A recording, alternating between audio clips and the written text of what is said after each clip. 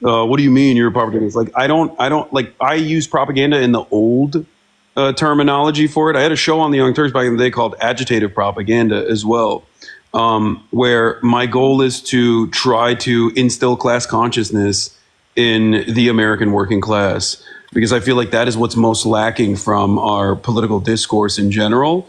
So, like, I have an ideological goal. I want Americans to recognize that it's not your neighbors that are fucking you over. It's not undocumented migrants. It's not trans people. It's not DEI. And these things are simply purposeful distractions that reactionary forces utilize while they fucking rob you blind with austerity and an overall refusal to improve your material conditions, whether that is the Republican Party in many circumstances, or even in other instances, the Democratic Party that refuses to push the needle in the direction of necessary change.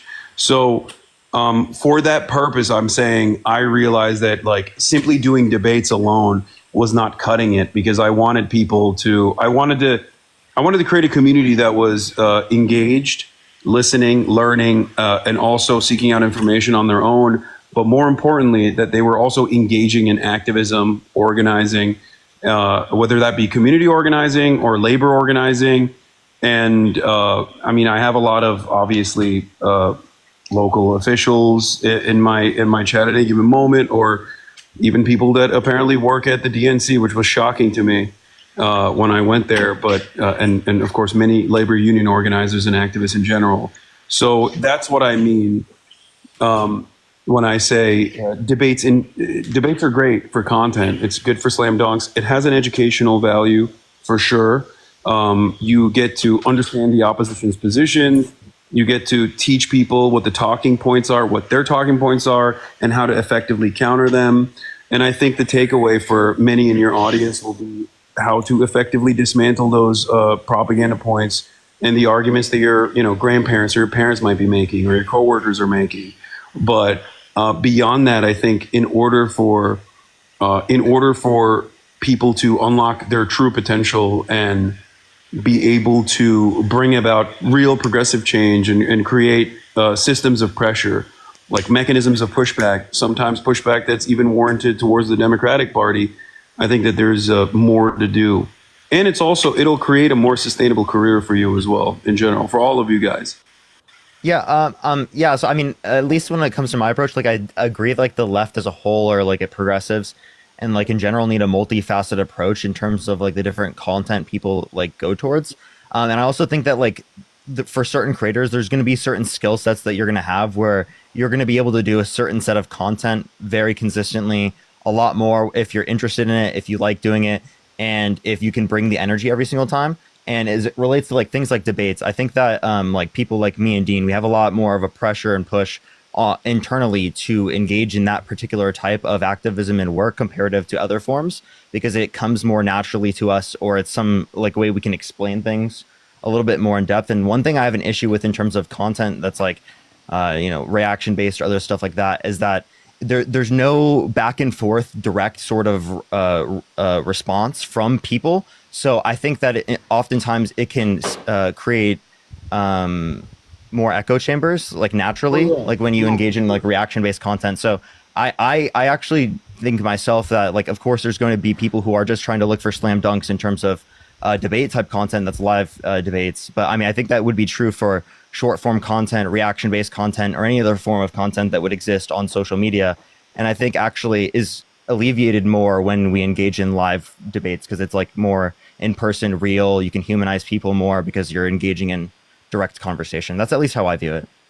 But like, I think that, yeah, we should engage in other You're right. No, you're content. absolutely right. I think there's definitely a space for debating for sure. I'm not discounting that at all. I'm just saying that it's good to diversify your content as well. On top of that, for sustainability in general, and also on top of that, to create a broader community that has more interest, because debates do sometimes have a tendency to just like narrow your focus a little too much. That's all I'm saying. But I hey, agree with that. you guys are doing great. Don't get me wrong. You guys are killing it. Yeah. I appreciate that. I guess the way I look at it is, like the only reason like I now have this career where I do like debates for 4 hours a day was because like 2.5 years ago I decided to load up TikTok at 3 a.m. and join some random person's live and try to convince them that they were wrong and I was right. And then it just kind of like snowballed into what it is now. And like what Parker said, I think that if we want to build this literal fucking machine to get as many people as possible to be more and more progressive, right, and less bigoted, less on the right, further to the left, it requires a very multifaceted approach with a functioning ecosystem of different people that are doing different things. And like when I've had people come up on my live before and been like, "Oh, Dean, you suck. You're just a rage baiter. You do reactionary content that does no good." I guess like on one hand, it's like I should do more for interests to society as well as self-interests. But then on the other hand, it's like, I'm good at this. I'm going to focus on what I'm good at. And there's other individuals that will focus on what they're good at. But, hopefully, I mean, if this turns into something long-term, I'll be good at multiple things, Yeah. Look, I'm dog shit at gaming. I'm dog shit at gaming. I still play video games on a stream. I know that it like brings in a different audience as well. In my line of work, I realized, especially the position that I'm advocating for, is one that either Americans, especially, are either completely oblivious to and have never heard of it, or are inherently antagonistic to. So charitability is the most important thing.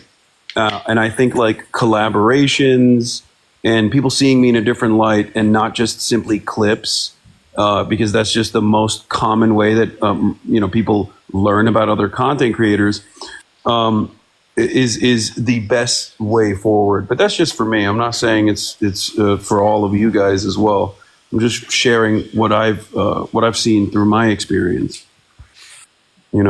Yeah, of course, man. I feel like I've been talking a lot. Does anybody else want to hop in here? Yeah, who wants to debate me? Harry, Harry, go ahead. Hassan, what do I have to say, Hassan, man? one time on stream, well, you referenced Harry as like the DNC shill, and then you referenced me as the car guy. So at least Harry gets a name. Hassan, do you still think I'm a shill? I don't know. I haven't seen any of your new stuff, so I don't know. Okay, all right. Yeah, you'd see Harry as a shill. Yeah. Let me ask you. No. This is important. What do you think about Hakeem Jeffries' performance so far? You mean as the minority leader, just generally the past couple of years, or since Trump has gotten into office? Since Trump, just since Trump's coming. Pretty mediocre. Mediocre. All right. That's good. I mean, it's been too weak. I don't like how he's not criticized like Eric Adams. Yeah. I think that's fucking insane. I know he's like taking the position of, we have to wait and see if the charges are dismissed. I think that's bullshit. I don't think he's been hard enough on Trump. I really don't like how like Jerry Connolly is leading the Judiciary Committee and not AOC. I think we've been making like some very simple mistakes. So. Yeah. Okay. That's good. That's helpful. Hassan, it is possible to be nuanced. Like the moderate Democrats are too moderate, and the progressive Democrats are too progressive, and you could just be somewhere in the middle. I have a question too. What's up? Okay. And this is because I feel like I've been getting more radical in my views on this topic. Mm-hmm. But the main critique that I've seen from your supporters, and I think even you called me way too libbed out for this when you were reacting to my Jubilee episode. I think it was the immigration stuff. Maybe. Immigration policy. Yes, I wanted to ask you about that. So, in accordance with the stance that I either shared on the Jubilee episode, or I could just kind of reiterate my thoughts on immigration now, I'd love for you to tell me why I'm wrong. Okay, go ahead. Okay. First, we'll start with border policy. So border policy, what I want in my best version of the world is as many ports of entry that operate as efficiently and as quickly as possible, with screening processes that specifically expel and do not allow people into the country that have committed violent crimes. Fair. And then for undocumented migrants that are already in America, for undocumented migrants that have committed violent crimes, to deport them. And for undocumented migrants that have not committed violent crimes, to offer them a pathway to residency or citizenship. Sorry to cut you off. You don't Oh, okay. So you don't want to deport undocumented migrants that haven't committed crimes, but violent undocumented crimes. migrants that have committed crimes, you want to deport them. Specifically violent crimes, yeah. No, specifically. W. Dean. Okay. So I don't disagree with anything that you just said at all. I don't think we're in disagreement in terms of, well, I guess the only thing that I would disagree with is if an undocumented migrant has caused a violent crime, I would want the American court system to handle it and actually imprison that person rather than allowing them to be free. Like, I don't want rapists to get a trip back home. You know what I mean? And then just be like, all right. You know what? That's a good point. You know, if like so so if we would do like the deportation of undocumented migrants that have committed violent crimes, Yeah. it'd be conditional given where they're deported would be where they land in a jail cell. Or like, I mean, or I would rather house them in the American carceral structure to ensure that they are actually serving, like to ensure that they're just served. Here's a good debate tactic. That's actually a great argument. I think it's a great point. Ask Republicans every time they say, "Oh, I want undocumented migrants that have caused crimes to be deported." Ask them, why do you want rapists to roam free if they fucking did a rape? Why do you not? Let's say an undocumented migrant is like done a heinous. It's cooking with that one. I'm not gonna lie. Yeah, why have I never thought of that? What the Ask them why I haven't thought about that either. You don't want punishment. You don't want crimes to be punished. That's weird. So that's a nice little debate tactic there. But it is something that I also believe. I want amnesty for all undocumented immigrants that are living on U.S. soil right now, as long as they have not committed like any sort of heinous violent crime.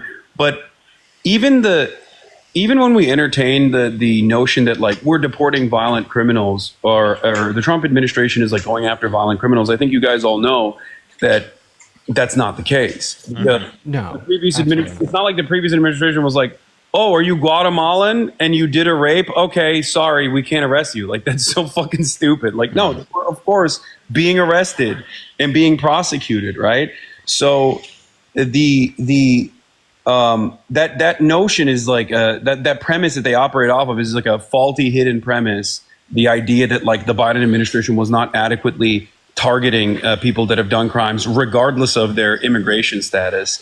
And that's precisely the reason why I believe it was the Associated Press that came out with initial reporting that the majority of the undocumented migrants that have been deported so far, some of which aren't even undocumented, by the way, they are deporting documented non-citizens and undocumented non-citizens, and the majority of them had not committed any crimes. And a big chunk of those who had actually done crimes had done shit like trespassing. You know what I mean?